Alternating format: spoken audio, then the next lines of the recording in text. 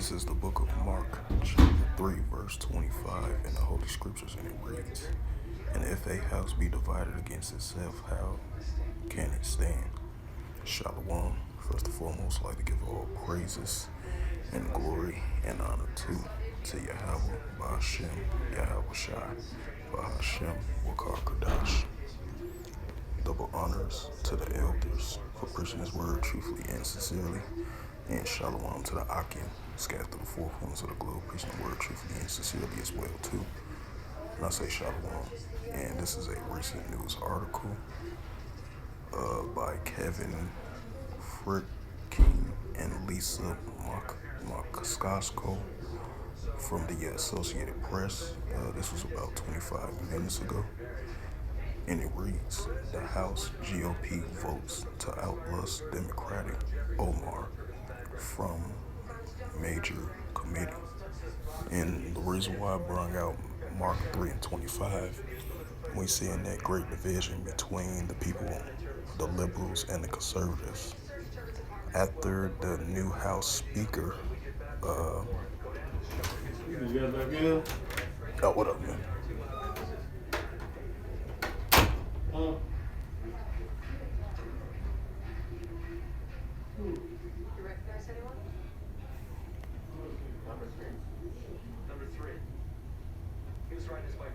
So, Salaki about that, I was talking to my brother.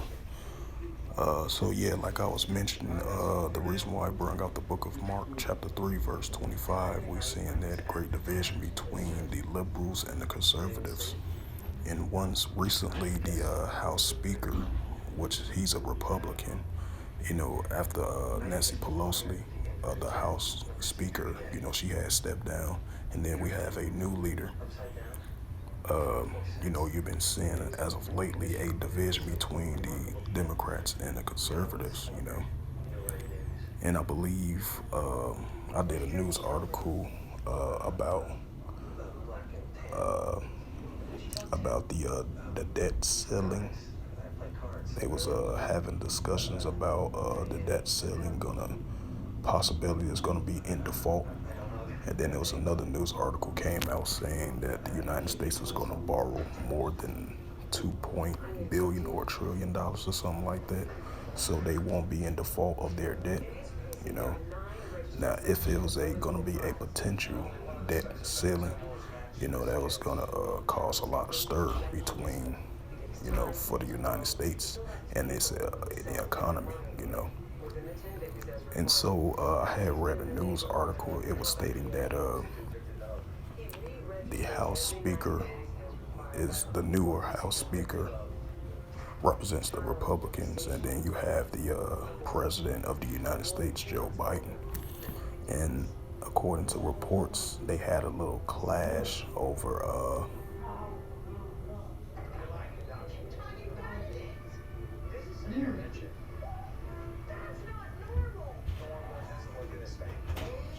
change your round living life people attitude. It just your attitude, you got to change your attitude. You can't be around the same old people all the time. Same old people, that's the devil. Devil make you do stupid shit.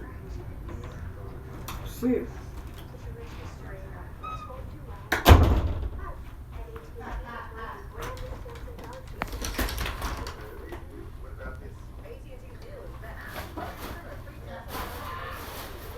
yeah, everything.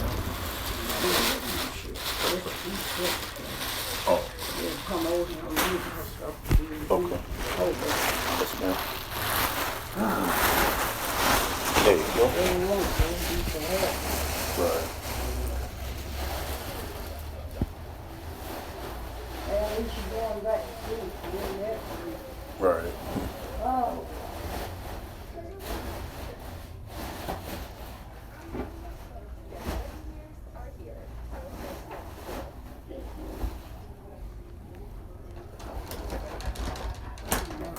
He's in the hospital.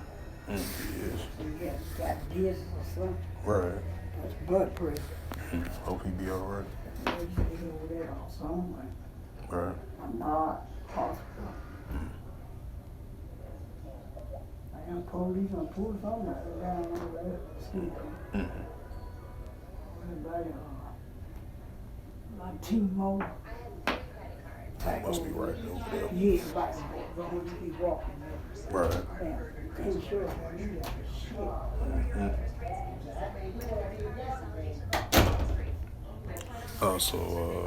Salaki for the momentary pause. I was talking to my OG, helping her out with something as well too. So yeah, like I was mentioning, you had a recent discussion between the president of the United States and the newer House Speaker, which is with the Republican Party, and you got the president of the United States, he's a liberal, and you had a division between over is they gonna increase the debt limit or it's gonna potentially be in default, and that's gonna kind of affect the economies and these services that's run in the United States. So they had a clash over that as recently as well too. That's why I brought out the scripture of Mark 3:25. If a house be divided against itself, how shall it stand? So I just want to add another note to that. But I'm gonna read this news article, and it reads: the House GOP votes to outlast Democratic Omar from major committee.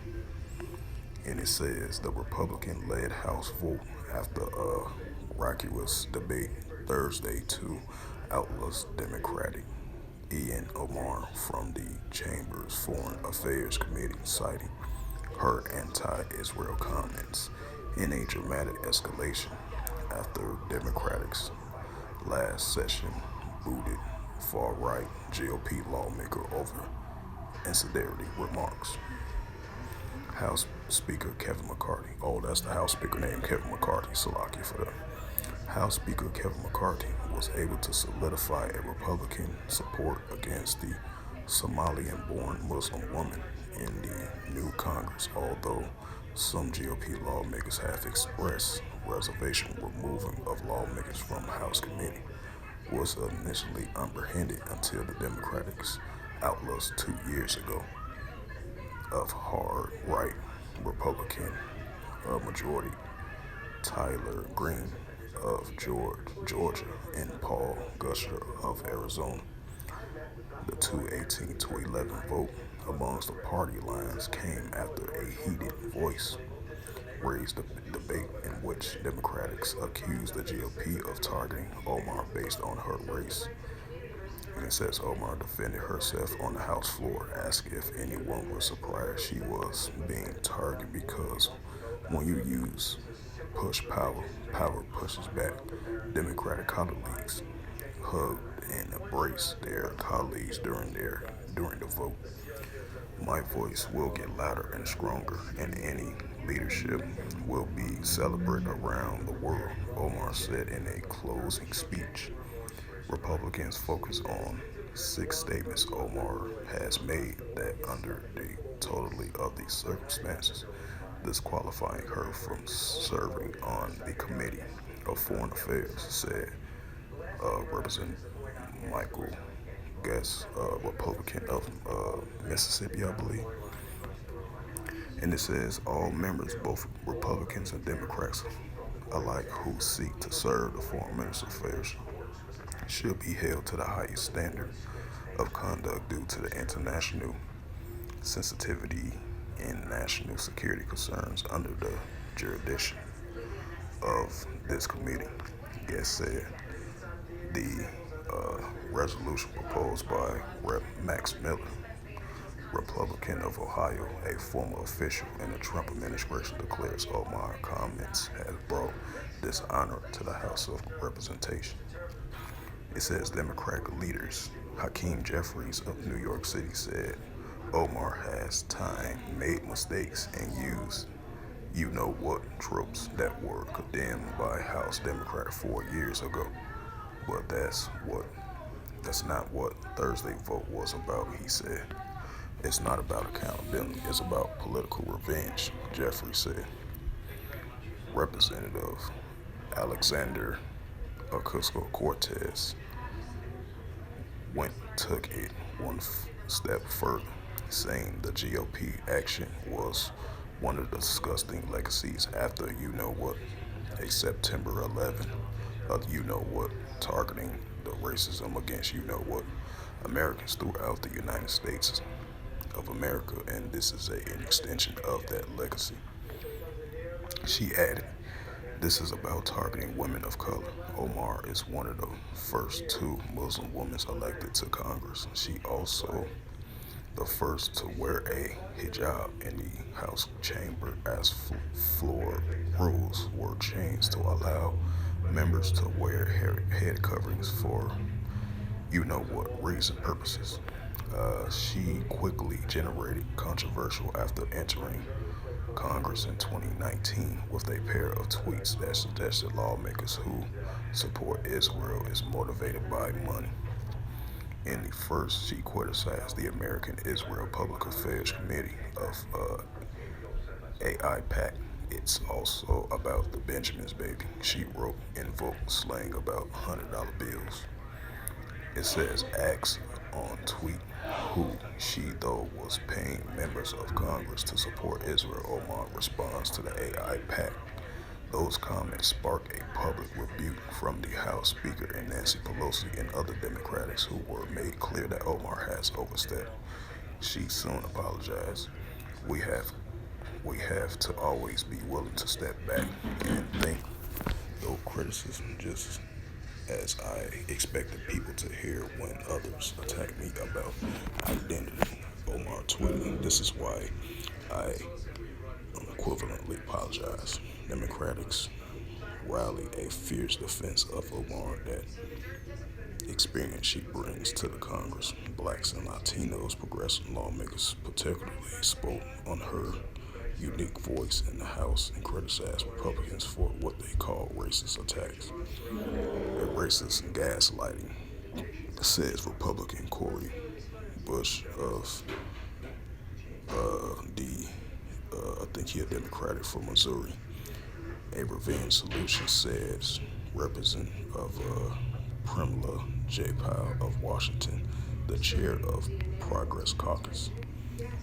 It's painful to watch, says Representation Rashada Tlaib, a Democrat of Michigan, who joined the Congress with Omar in 2019 for the first two female Muslims elected to the House. To Congress, Omar, I am sorry that our country is failing you today through this chamber. Tlaib said, through tears, you belong on that committee. Omar previously commented were amongst the several remarks highlighted in the resolution seeking her removal from the Foreign Affairs Committee. It says the chairman of the committee, Rep. Michael McCall of Texas, argued for excluding Omar from the panel during a recent closed-door meeting with fellow Republicans. It's just that her worldview of Israel is so detrimentally opposed to the committee's record, told reporters in describing his stance. I don't mind having differences of opinions, but this goes beyond that. McCarthy has already blocked Representative Adam Schiff of Eric Swalwell, both California Democrats, from rejoining the House Intelligence Committee on the GOP took control of the chamber in January, while appointments to the intelligence panel are paragraph of the speaker and the actions on Omar, if I pronounced that right, requires a House vote. Several Republicans skeptical of removing Omar, wanting due to process for lawmakers who face removal. McCarthy says he told them he would work with Democrats on creating a due process system, but acknowledged it's still a work in progress. And I'm going to bring it out again. So you got that great division between the Republicans and the Democrats. And I'm going to bring that scripture out again. This is the book of Mark, chapter 3, verse 25. And if a house be divided against itself, how can it stand? Right, how can it stand? if both sides can't agree on similar things or get things done, you know, for the debt ceiling, that's one of them, or economic issues, or what's issues that's going on in the country, prime examples of that. And will both sides will fully get along with one another? Because how the way of looks of it is not quite good, because Republicans and the Democrats, they got a long history against each other, and I believe it's going to continue to be that way because both sides are divided against one another.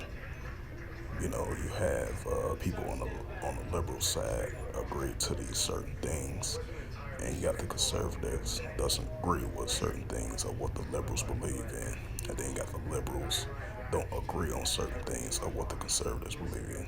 So that's why I brought out the scripture of Mark 3:25. If a house be divided against itself, how can it stand? Right? How can both sides stand within a whole nation? And that's what we're seeing. The divided states of America. That's what we're seeing. So both sides is not going to get along with one another. And as you see right here,